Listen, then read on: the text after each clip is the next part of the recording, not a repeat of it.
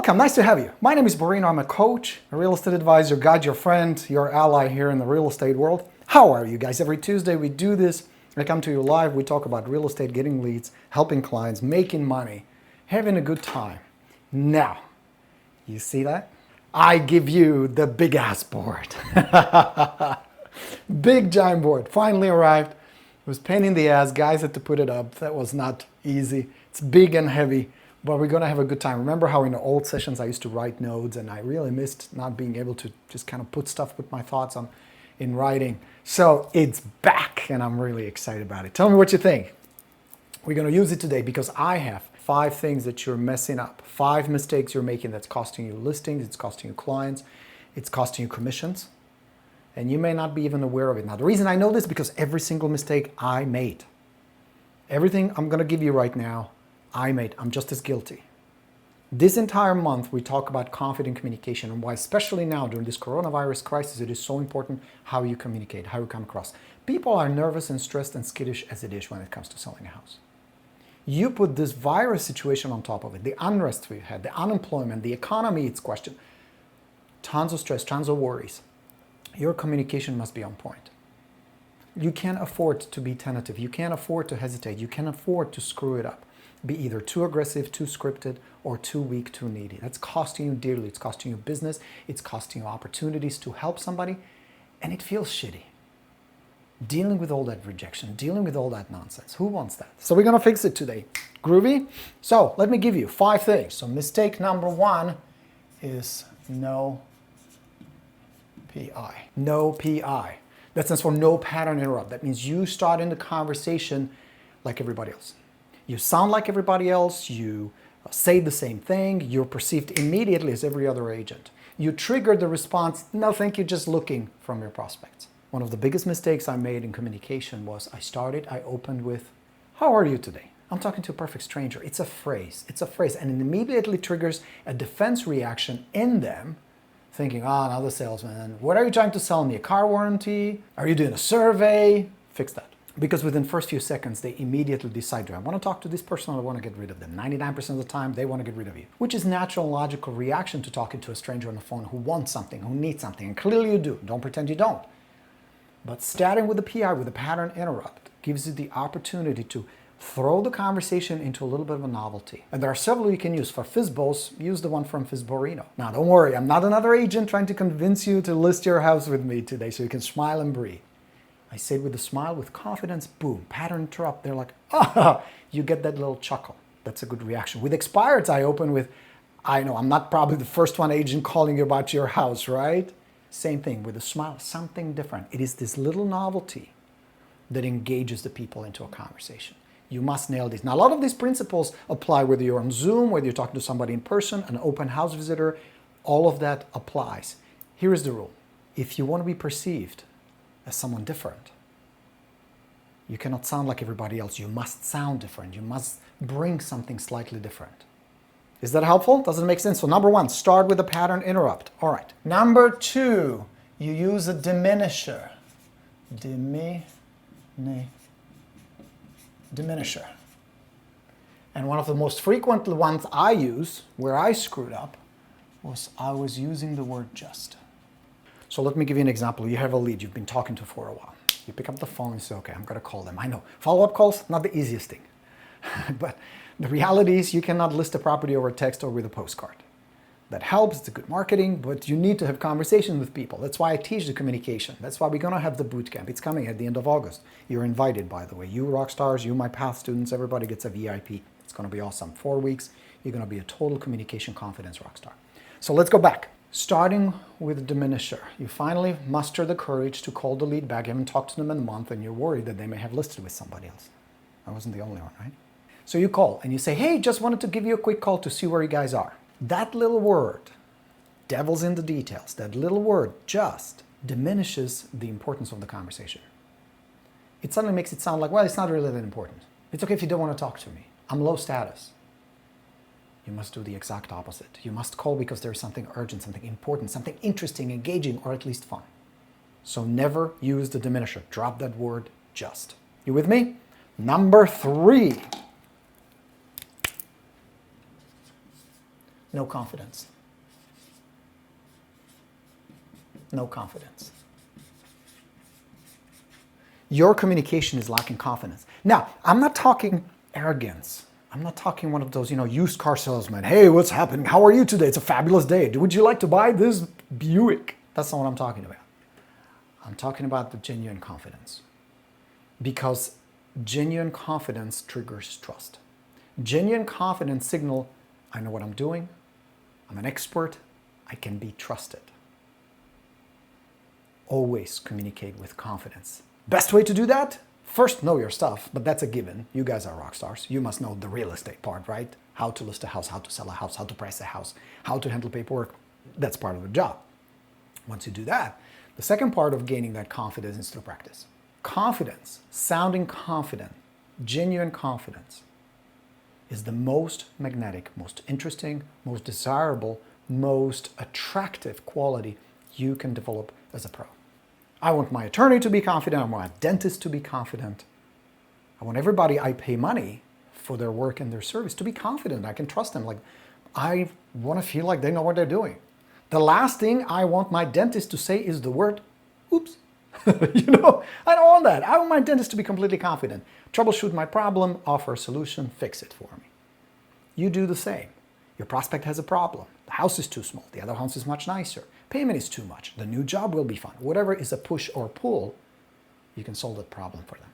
And you do that with confidence.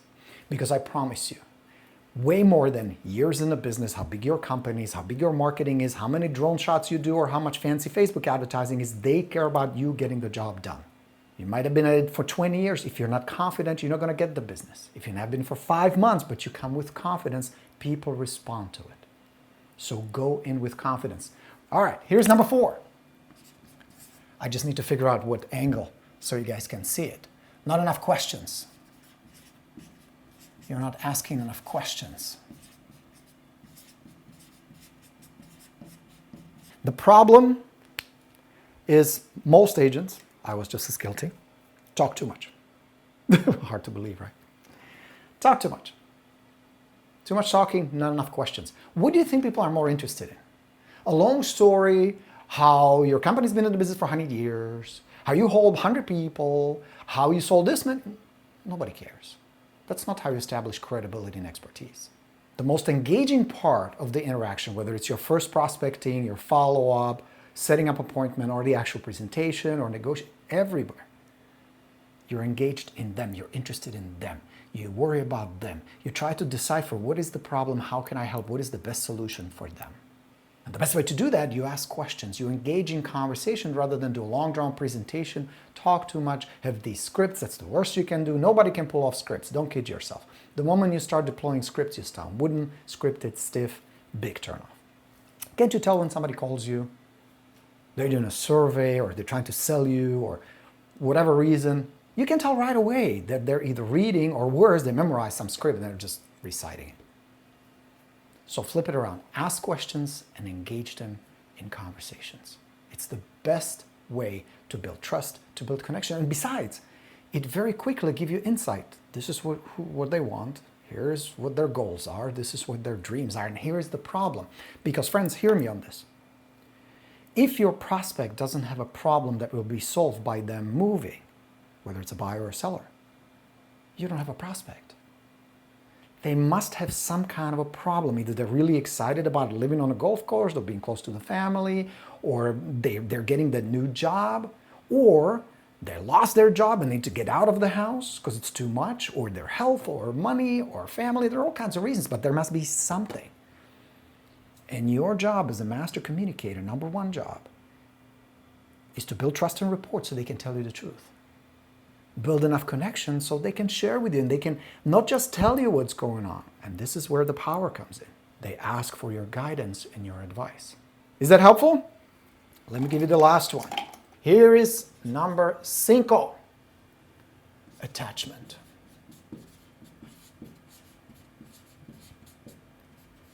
Attachment. You're attached. You work so long and so hard to get that lead, and you'd rather take, not yet, maybe, we'll see, because it gives you a false sense of hope. You're not ready for the truth. And the reason you're not ready for the truth, because you don't have abundance of leads in your database, so that if one says, no, thank you, we're not interested, we're not doing anything, or worse, that we listed with Joe down the street, it happens to all of us. You're okay with that. You're not attached. When you go on the listing appointment and there's just no way to convince them that the price should be $450,000, otherwise they're not selling, you don't compromise that. Because again, speaking from experience, the only thing worse than not having listings is having an overpriced listing. And if you had one where they drive you crazy, they're demanding, they're difficult, then you know what I'm talking about. Don't get attached. So the way you don't get attached is, number one, you practice. So you're confident, you deliver confident communication. Number two, you understand their situation well enough. And I'd rather know the truth in 10 minutes at the beginning than going through the follow-up process, doing all the stuff, preparing CMA, doing a listing presentation, listening to the property to figure out these people are not moving it anywhere. And I had listings like that, and they are a nightmare.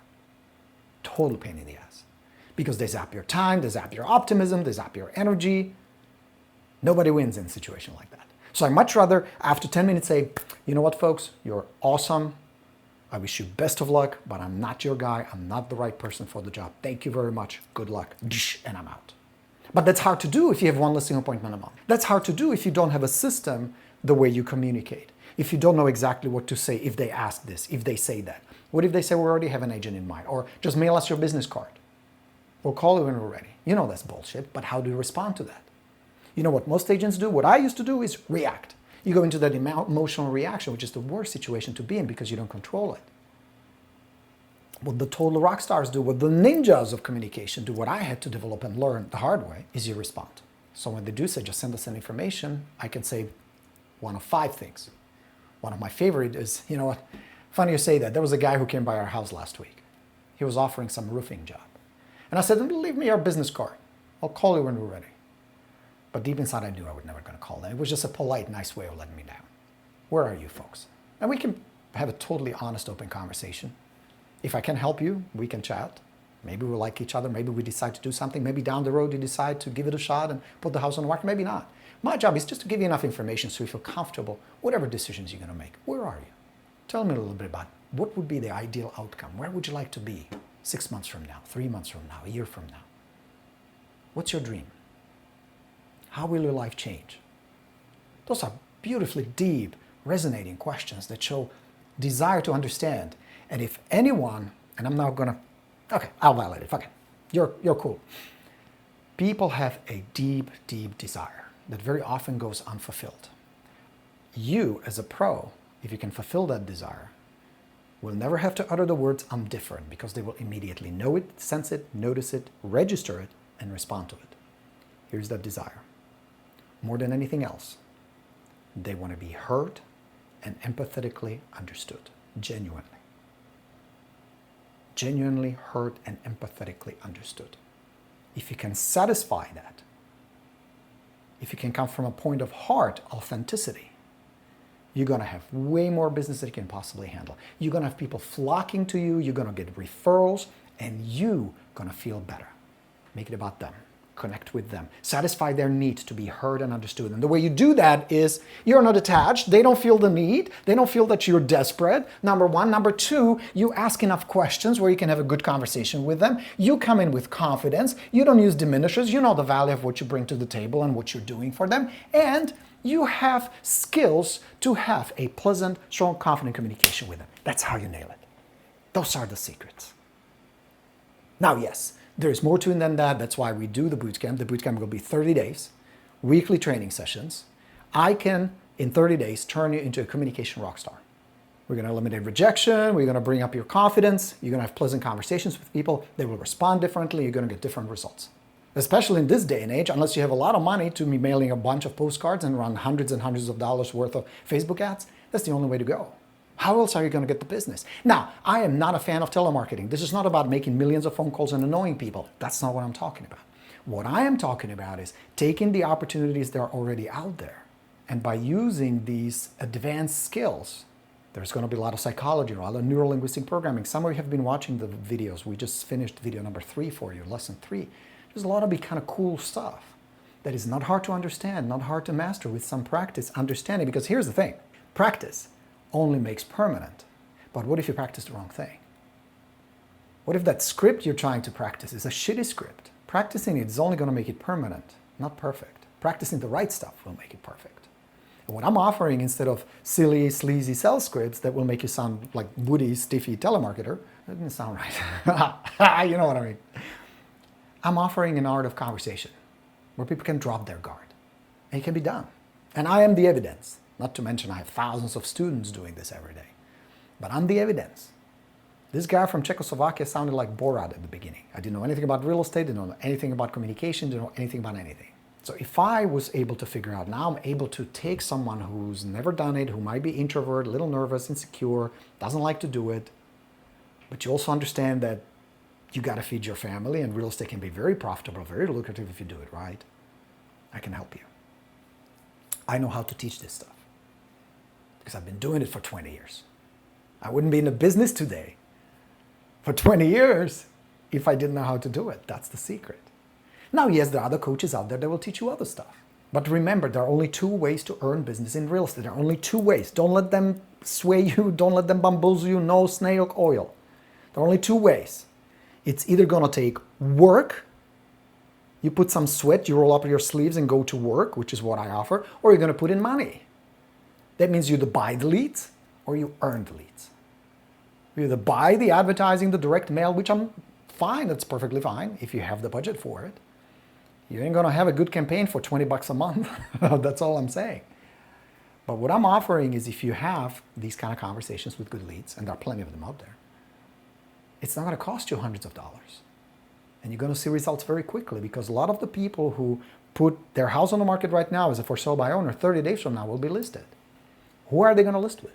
Needy, salesy, annoying salesperson? Or somebody who's high status, who is a competent, total rock star, pleasant to talk to, knows what they're doing? It's a no-brainer. And yes, we are living in challenging times. Absolutely yes. These are not easy days. I totally agree with that. But as I always tell you guys, in every calamity, there's an opportunity. And there's plenty of opportunities now. Some agents don't know how to handle the situation, how to respond to clients.